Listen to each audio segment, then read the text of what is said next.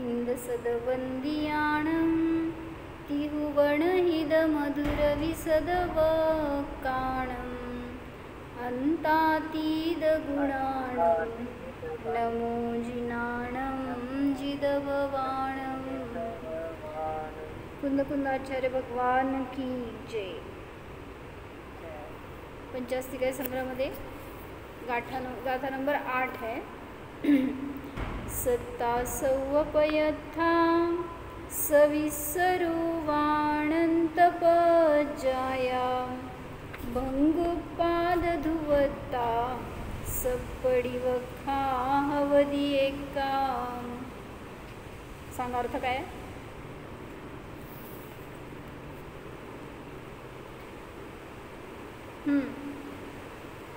काय अर्थ आहे?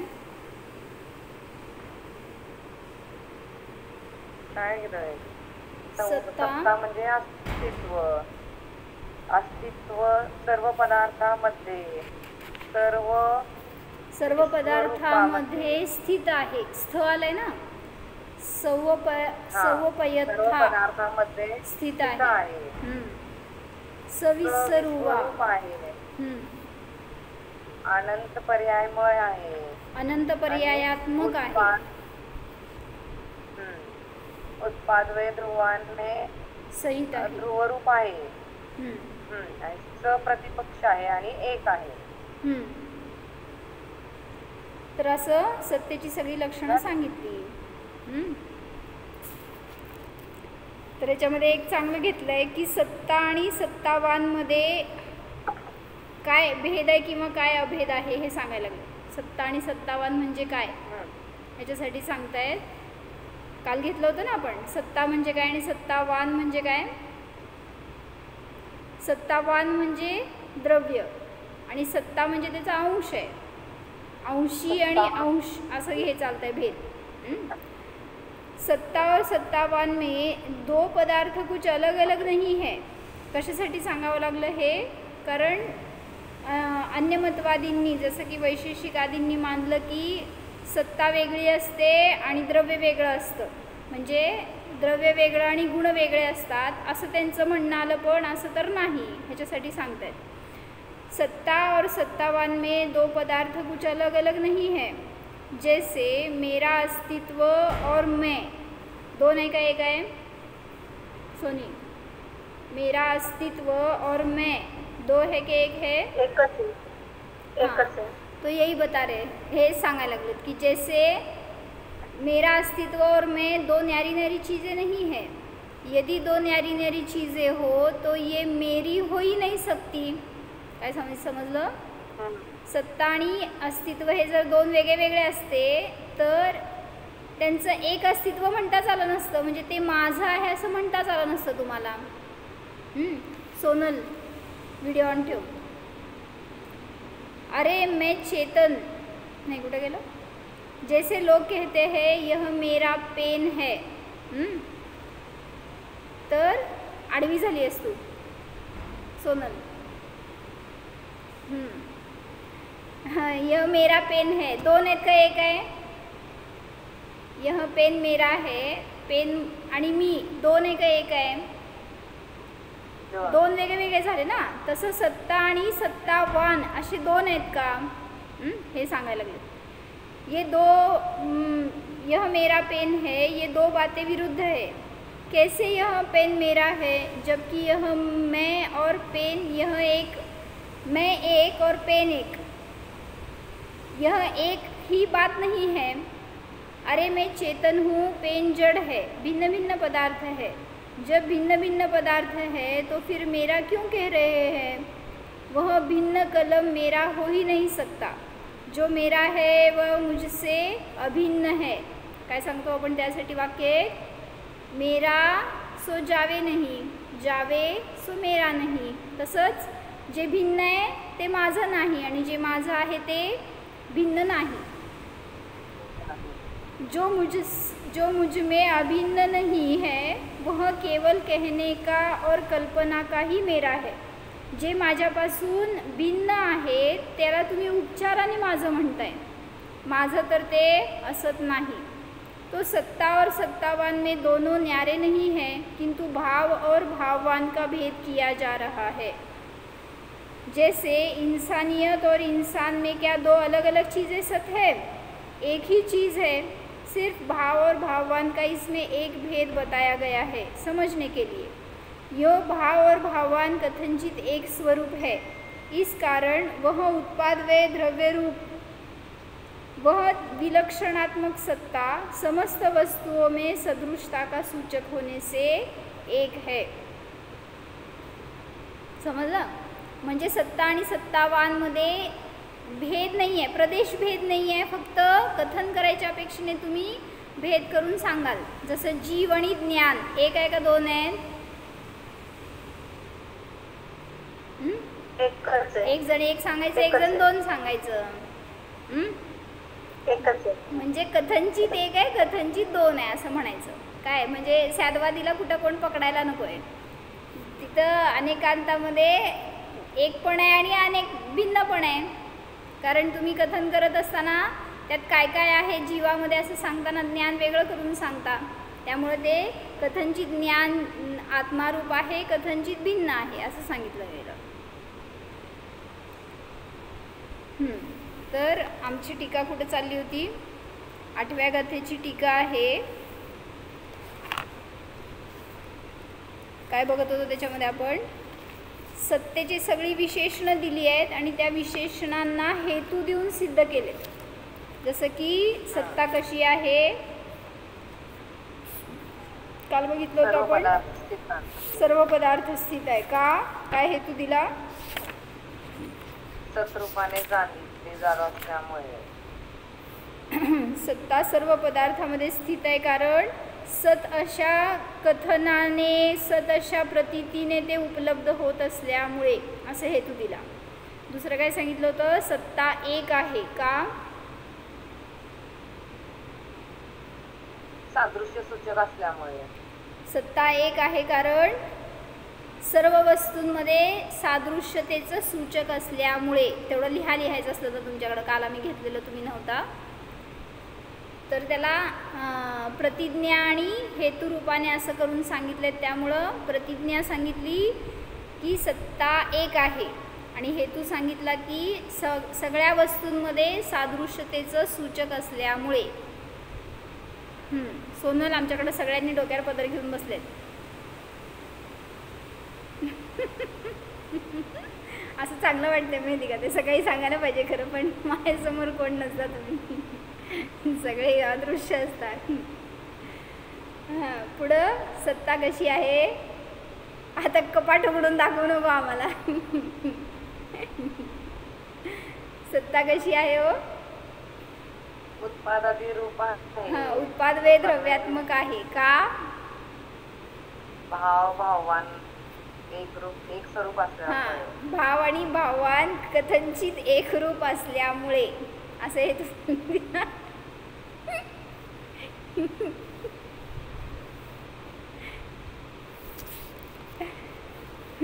तर सत्ता उत्पाद वे द्रव्यात्मक आहे कारण भाव आणि भाववान कथनचित एक स्वरूप आहेत। मग तिथं भाव आणि भाववान म्हणजे सत्ता आणि सत्तावान, ह्याच्यासाठी मी खुलासा करून सांगितले, ते परस्पर भिन्न नाहीत। कारण जे माझे आहे ते माझ्याहून अभिन्न आहे, जे भिन्न होते त्याला उच्चाराने किंवा कल्पनेने माझे म्हणले जाते।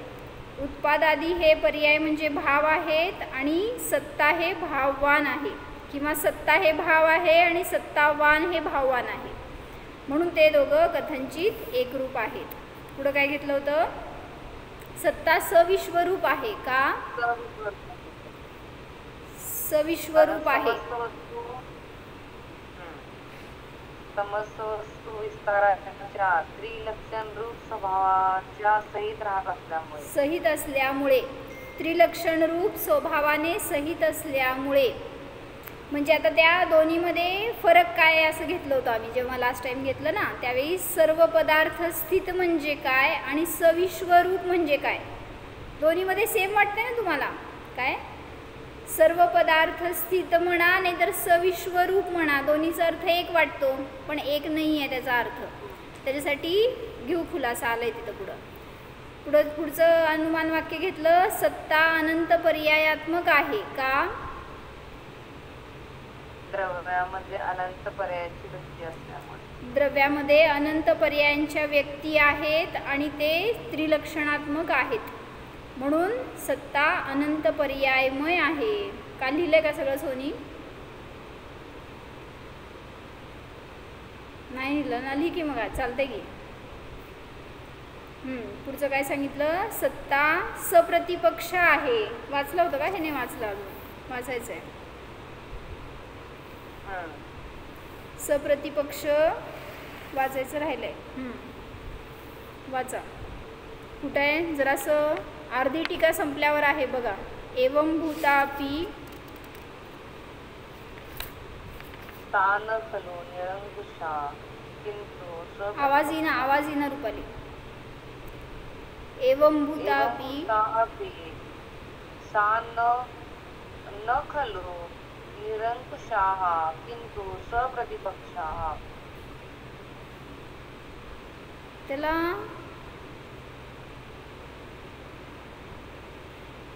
पक्षा म्हणायचं का? तेच विचार करायले मी.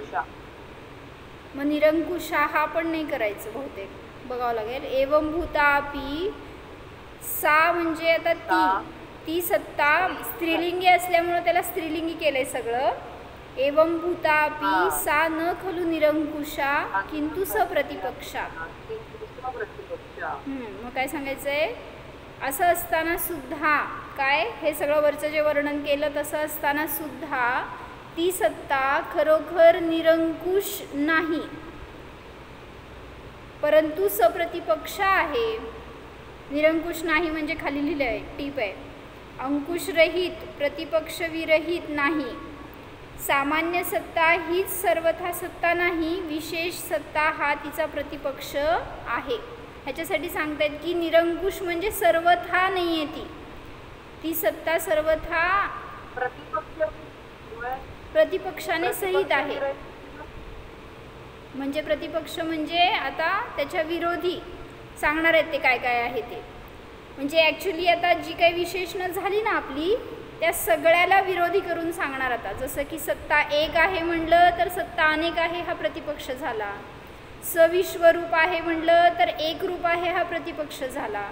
सत्ता एक आहे तर अनेक आहे, असं सगळ्या विशेषणांना प्रतिपक्ष घेऊन हे सिद्ध करणार आहेत. आता पुढे तर तेच घेतलं आहे. आम्ही इथंपर्यंत काय समजलं? सत्ता वास्तविक निरंकुश नाही तर सप्रतिपक्ष आहे.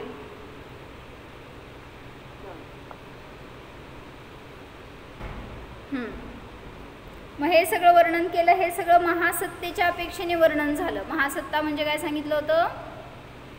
जी सगळ्यामध्ये व्यापक आहे, जी एकरूप आहे, जी सादृश्य सामान्याला दाखवते, त्याला म्हणायचं महासत्ता.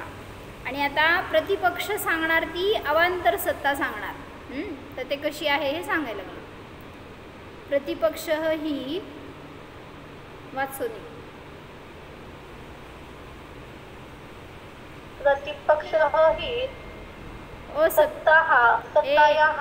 असत्ता वाचलं ना? प्रतिपक्ष ही असत्ता सत्तायाः अत्रिलक्षणत्वं त्रिलक्षणायाः अनेकत्वं एकस्याः एकपदार्थस्थितत्वं सर्वपदार्थस्थितायाः एकरूपत्वं सर्वविश्वरूपायाः एकपर्याय सविश्वरूपायाः. सर्वने माझ्या पुस्तकात तसं आहे. सर्व नकोय. एकरूपत्वं सविश्वरूपायाः. पुढं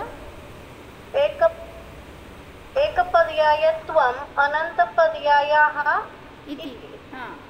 तर इथपर्यंत आता त्यांनी प्रतिपक्ष काय आहेत हे सांगायला लागलेत तुम्हाला. कशाचा प्रतिपक्ष काय आहे? प्रतिपक्ष खरोखर सत्तेचा प्रतिपक्ष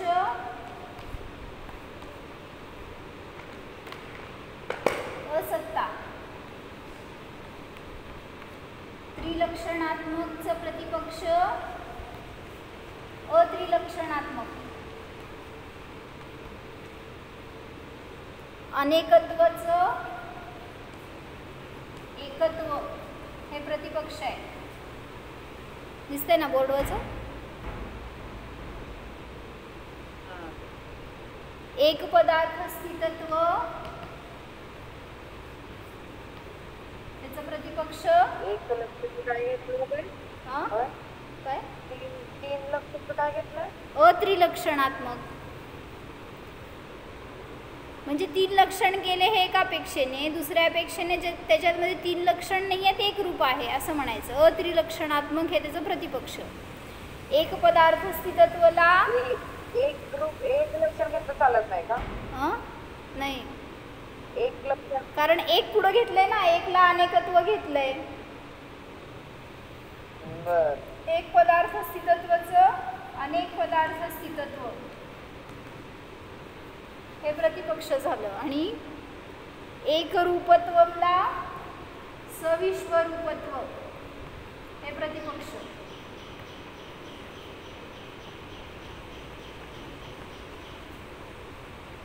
आणि शेवटचं एक पर्यायत्व अनंत पर्यायात्मक.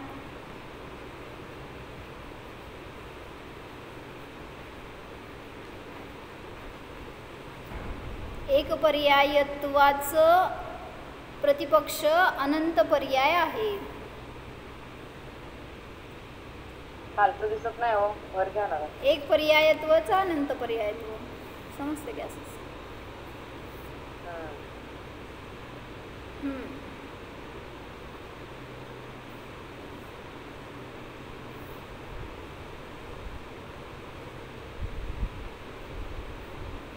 तर ह्याच्यामध्ये त्यांनी सांगणार आहेत की आता काय भेद केला ते,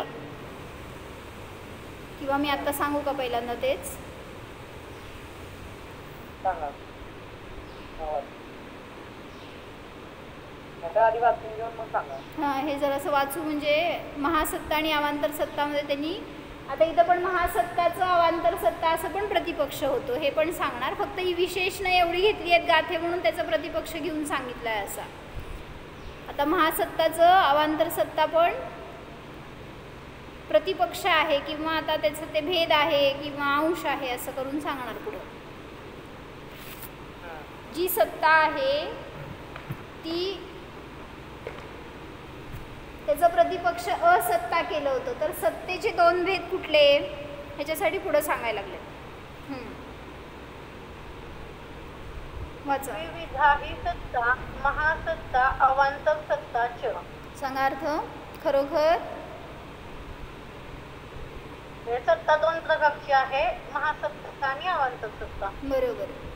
तत्र सर्व पदार्थ सार्थव्यापिनी सादृश्य अस्तित्व सूचिका महासत्ता प्रोक्ता एव. बरोबर. काय सांगितलं तेथे. आता मी काल सांगितलं होतं ना, महासत्ता आणि अवांतर सत्ताचे भेद केले होते आपण, ते समोर ठेवा. महासत्ता कशी आहे? सर्व पदार्थ सार्थव्यापिनी सादृश्य अस्तित्व सूचक अशी महासत्ता सांगितली जाते. काय कळलं? सर्व पदार्थ समूहाला व्यापणारी आणि सादृश्य अस्तित्वाचा बोध करून देणारी अशी महासत्ता असते. त्यालाच सामान्य सत्ता असे म्हणतात, ज्याचं की सगळं वर्णन आतापर्यंत आपण बघितलं. काय कळलं? जी महासत्ता असते ती सामान्य आहे, सादृश्याला दाखवणारी आहे किंवा सर्व पदार्थामध्ये स्थित आहे, अशी सगळी लक्षणं त्याची दाखवली होती. आता अवांतर सत्ता सांगतात. अन्यातू प्रतिनियत वस्तुवक्तिनी स्वरूप अस्तित्व सूचिका अवांतर सत्ता. परंतु अन्य जी सत्ता आहे ती प्रतिनियत वस्तूवर्तीनी, म्हणजे प्रतिनियत वस्तूमध्ये राहणारी, म्हणजे विशिष्ट एका वस्तूत राहणारी. जसं तिकडं सांगितलं होतं सर्व पदार्थामध्ये राहणारी महासत्ता. आणि अवांतर सत्ता कशी असते? प्रतिनियत वस्तूमध्ये, म्हणजे एकेका वस्तूमध्ये राहणारी अशी ती स्वरूप अस्तित्वाला दाखवते ती अवांतर सत्ता, आणि सादृश्य अस्तित्वाला दाखवते ती महासत्ता. काय काय कळले पॉईंट सांगा. हे कट करू मी बोर्डवरचं. महासत्ता ही सामान्य असते, सादृश्य अस्तित्वाने सहित आहे आणि सर्व वस्तूमध्ये स्थित आहे. सर्व पदार्थ सर्व स्थित पदार्थामध्ये म्हणायचं. स्थित. काल घेतलं होतं आपण हे महासत्ता आणि अवांतर सत्ता. शॉर्टमध्ये सांगते काय. महासत्ता असते ती सर्व पदार्थ स्थित असते. अवांतर सत्ता एक पदार्थ स्थितत्व असते, एका पदार्थामध्ये स्थित असते. दुसरं महासत्ता सामान्य आहे जी सगळ्यामध्ये व्यापक असते. अवांतर सत्ता विशेष असते. त्याच्यामध्ये सांगितलं होतं महासत्ता ही व्यापक आहे, अवांतर सत्ता व्याप्य आहे. पुढं महासत्ता काय करते, सादृश्य अस्तित्वाला दाखवते. सादृश्य अस्तित्व दाखवते. आणि अवांतर सत्ता स्वरूप अस्तित्वाला दाखवते. अजून काय घेतलं होतं काल. सत घेतलं का. सतरूप आहे महासत्ता. नाही, अवांतर सत्ता पण सतरूपच आहे. सत्तेचेच दोन भेद आहेत ना हे, असत नाही आहे ते. ठीक आहे. व्यापक घेतलं ना आता. घेतलं की व्याप्य व्यापक पण घेतलं की. काल घेतलं होतं की ते पण. हो घेतलेलं ना.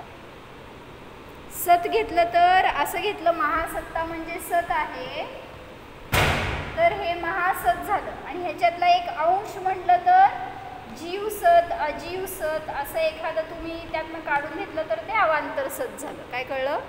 सतरूपच आहेत दोन्ही पण सत म्हणत असताना इथं व्यापक सत घेतलं आणि अवांतर सत घेत असताना त्यातला एक अंश घेतला. काय कळलं. सत म्हणजे महासत्तामध्ये म्हणजे संपूर्ण ती वस्तू घेतली आणि इकडं अवांतर सत्तामध्ये त्यातला एखादा अंश घेतला. जी सत्ता व्यापक आहे ती महासत रूपाने घेतली आणि त्यातला एखादा अंश काढला वगैरे भेद करून दाखवलं तर ते अवांतर सत झालं.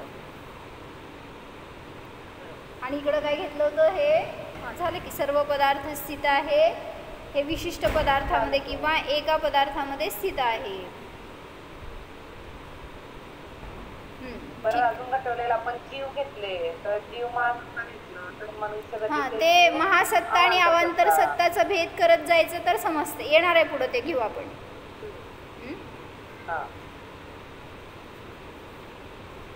काय सांगितलं. तत्र वाचा. वाच सोनल.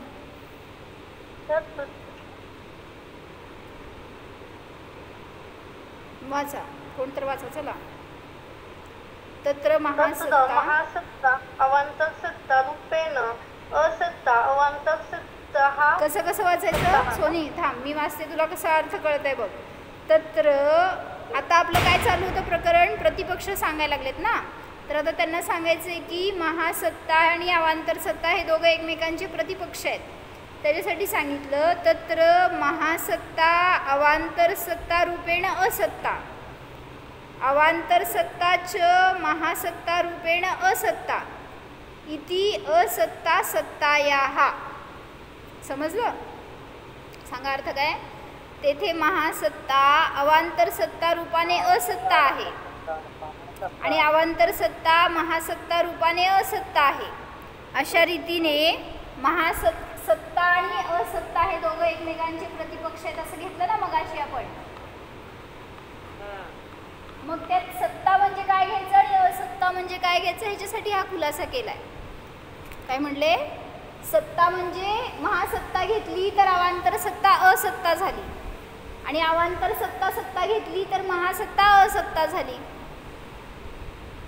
म्हणजे ती विवक्षित नाही एवढंच. असत्ता म्हणजे काय ते नष्ट झाली किंवा असत रूप आहे खोटी आहे असं नाही. फक्त ती आत्ता विवक्षित नाही या अपेक्षेने. तुम्हाला कथन करायचं आहे महासत्तेचं तर अवांतर सत्ता गौण आहे म्हणा, असत्ता आहे. आणि अवांतर सत्ता जर सत्ता रूपाने घेतलं तर महासत्ता ही असत्ता आहे असं कथन करून सांगणार.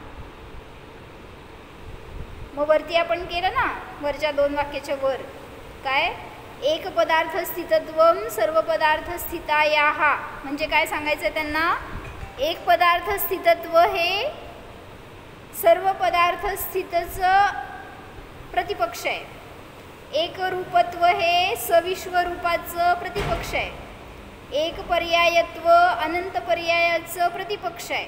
तसं सत्ता असत्तेचा प्रतिपक्ष आहे. समजलं काय? बोला काय कळलं?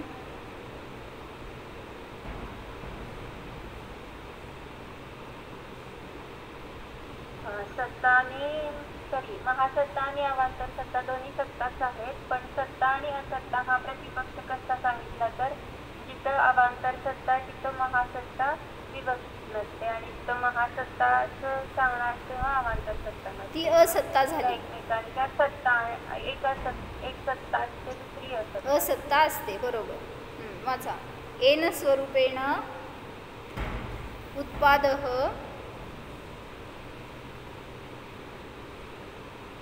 तथा स्वरूपेण वाच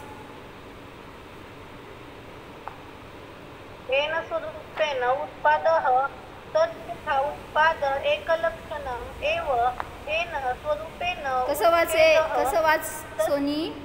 ते प्रत्येक एक स्वल्पविरामध्ये एक वाक्य आहेत. सगळ्या विशेषणांसाठी एक वाक्य आहेत ती. येन स्वरूपेण उत्पादः तथा उत्पाद एकलक्षणमेव येन स्वरूपेण उच्छेदः तथा उच्छेद एकलक्षणम् एव येन स्वरूपेण द्रव्यं तथा द्रव्य एकलक्षणम् एव ततः उत्पद्यमानः ऐक उत्पद्यमान नाही उत्पद्यमान उच्छिद्यमान अवतिष्ठमानानां वस्तुनः स्वरूपाणां प्रत्येकं त्रैलक्षण्य अभावात् अत्रिलक्षणत्वं त्रिलक्षणायाः. तुम्हाला प्रश्न पडला ना, त्रिलक्षणाचं प्रतिपक्ष अत्रिलक्षण कसं काय? त्याच्यासाठी खुलासा करून सांगता येतं की ज्या स्वरूपाने काय म्हटलं त्यांनी? येन स्वरूपेण उत्पादः, ज्या स्वरूपाने उत्पाद आहे तर त्यावेळेस तिथं उत्पाद हे एकच लक्षण घेतलं. एक मिनिट, मी कुठं भाषांतर आहे जरा सांगते बोलू. ज्या स्वरूपाने उत्पाद आहे त्याचे त्या प्रकाराने उत्पाद हे एकच लक्षण आहे. म्हणजे उत्पाद ही जर पर्याय घेतली तर ती उत्पाद एवढ्याच अपेक्षेने कथन केली गेली. ज्या स्वरूपाने वे आहे त्याचे त्या स्वरूपाचे त्या प्रकाराने वे हे एकच लक्षण आहे. ज्या स्वरूपाने द्रव्य आहे त्याचं द्रव्य हे एकच लक्षण आहे. म्हणून उत्पाद होणारे, नष्ट होणारे आणि अवस्थित असणारे या स्वरूपापैकी प्रत्येकालाच त्रैलक्षण्याचा अभाव असल्यामुळे त्रिलक्षणात्मक सत्तेला अस्त्रिलक्षणपणा हे प्रतिपक्ष आहे. काय सांगायचं आहे? सोपं आहे. जेव्हा तुम्ही उत्पाद हे एकच विवक्षित करणार ना तर त्याचं प्रतिपक्ष झालं त्रिलक्षण. काय म्हणले?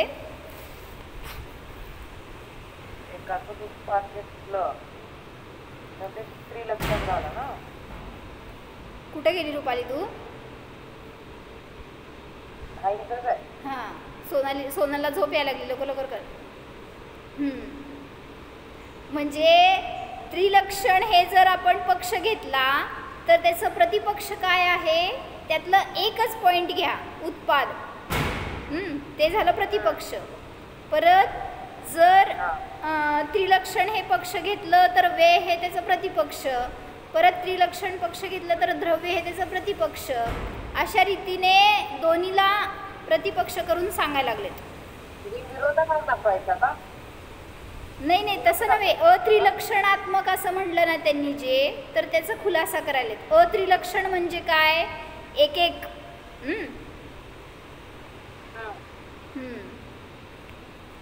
जे उत्पाद हे एक घेतलं, वे हे एक घेतलं किंवा द्रव्य हे एक घेतलं तर ते अत्रिलक्षण झालं आणि संपूर्ण मिळून घेतलं तर ते त्रिलक्षण झालं. असं जी सामान्य विशेषात्मक सत्ता महासत्ता रूप असल्याने त्रिलक्षणात्मक आहे, तीच येथे सांगितल्याप्रमाणे अवांतर सत्ता रूपही असल्याने अत्रिलक्षणा देखील आहे. तीच सत्ता जेव्हा महासत्ता रूपाने घेतात तर ती त्रिलक्षणात्मक आहे, आणि जेव्हा अवांतर सत्ता रूपाने घेतात तेव्हा ती अत्रिलक्षणात्मक आहे. मग अवांतर सत्ता म्हणजे काय घ्यायचं? आता सांगितलं सगळं. महासत्तामध्ये त्रिलक्षणात्मक घेतलं तर अवांतर सत्ता अत्रिलक्षणात्मक झालं. म्हणजेच इथं उत्पाद तर येणार, वेळ तर येणार किंवा ध्रुव तर येणार, आणि याच्यामध्ये त्रिलक्षण रूप एकच येणार. कळलं? म्हणजे ते पूर्ण एकच दाखवायचं. महासत्तामध्ये तिन्हीच मिळून एक, आणि इकडं एक एक पर्याय घ्यायची. उत्पाद तर त्रिलक्षणात्मक म्हणताना संपूर्ण एक महासत्ता घेतली ती अखंड, आणि जेव्हा अत्रिलक्षण म्हणतो त्यावेळेस त्यातला एक एक अंश उत्पाद तर घ्या, वे तर घ्या किंवा ध्रुव तर घ्या, असं त्याला म्हणलं अत्रिलक्षण रूप. कशी पर्याय घ्यायची? पर्याय कशी घ्यायची? जेव्हा तुम्ही उत्पादाचं कथन करताय ना, घटाचा उत्पाद झाला, मग हे जेव्हा सांगताय त्यावेळेस फक्त उत्पादाचीच विवक्षा आहे, वेळ काय झाला हे नाही सांगितलं तुम्ही. मग जेव्हा ते झालं अवांतर सत्ता, उत्पाद हे दाखवलं तर, आणि तिथं सत्ता महासत्ता रूपाने काय घेतलं? त्रिलक्षणात्मक त्या वस्तूचं स्वरूप, आणि त्यातलं एकच पर्याय वेगळी दाखवली तर ती असत्ता झाली किंवा अवांतर सत्ता झाली. सोपं आहे, असं काय अवघड नाही आहे. ते फक्त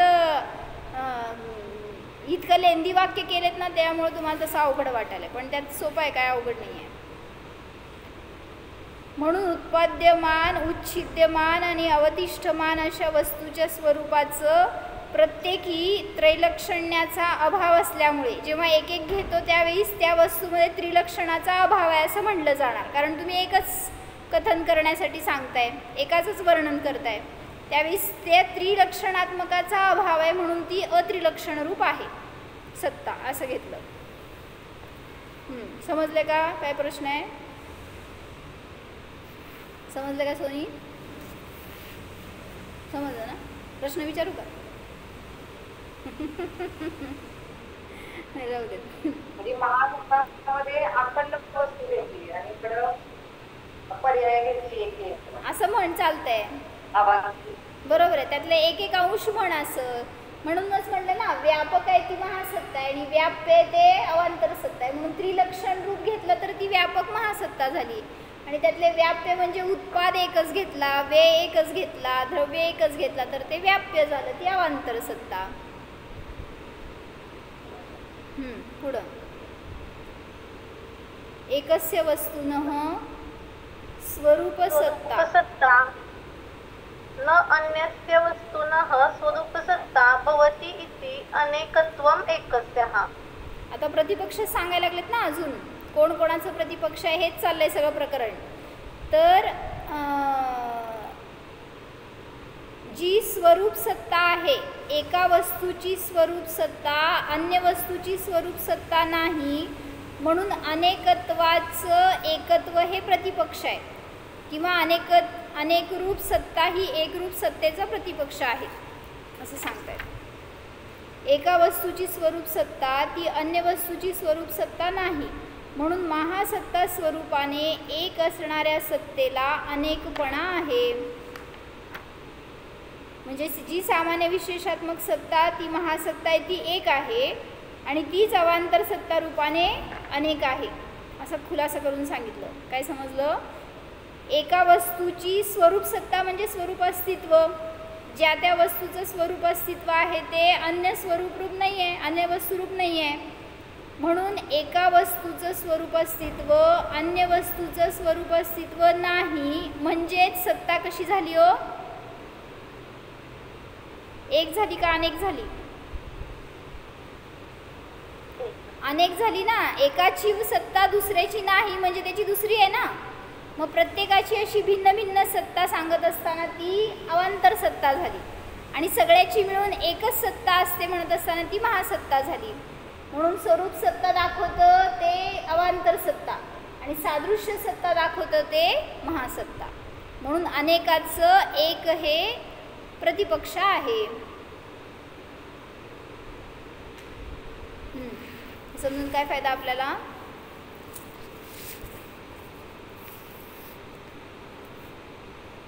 तर असं अनेक हे काय प्रतिपक्ष रूप असलेलं द्रव्याचं स्वरूप काय सांगतं आपल्याला की प्रत्येक द्रव्य अनेकांतात्मक आहे.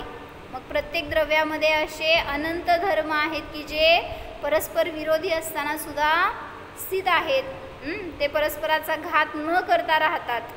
म्हणून माझी हे सगळं अस्तित्व हे सत्ता शिकून माझ्या शुद्ध जीवाचं अस्तित्व मला प्रयोजनभूत आहे. त्याला मला जाणायला पाहिजे, त्याचं मला अवलंबन घ्यायला पाहिजे, तर मी सुद्धा अशा सतरूप राहणार. नाहीतर मग अशा उत्पन्न नष्ट होणाऱ्या सगळ्या पर्यायांच्या आधाराने राहिलो तर तिथं आकुलता होणार, दुःख होणार. माझे अस्तित्व परामध्ये नाही, माझ्यामध्येच आहे, नियत आहे. म्हणून असं स्वतंत्रता जाणली तर स्वाधीन जगू शकतो, आनंदी जगू शकतो. म्हणून जाणा.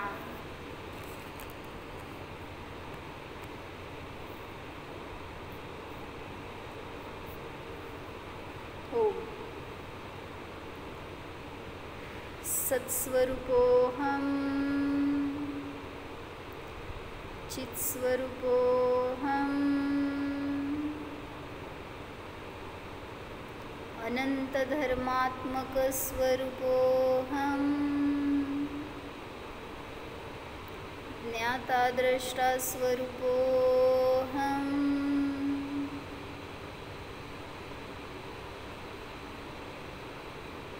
जीवोऽहम् ॐ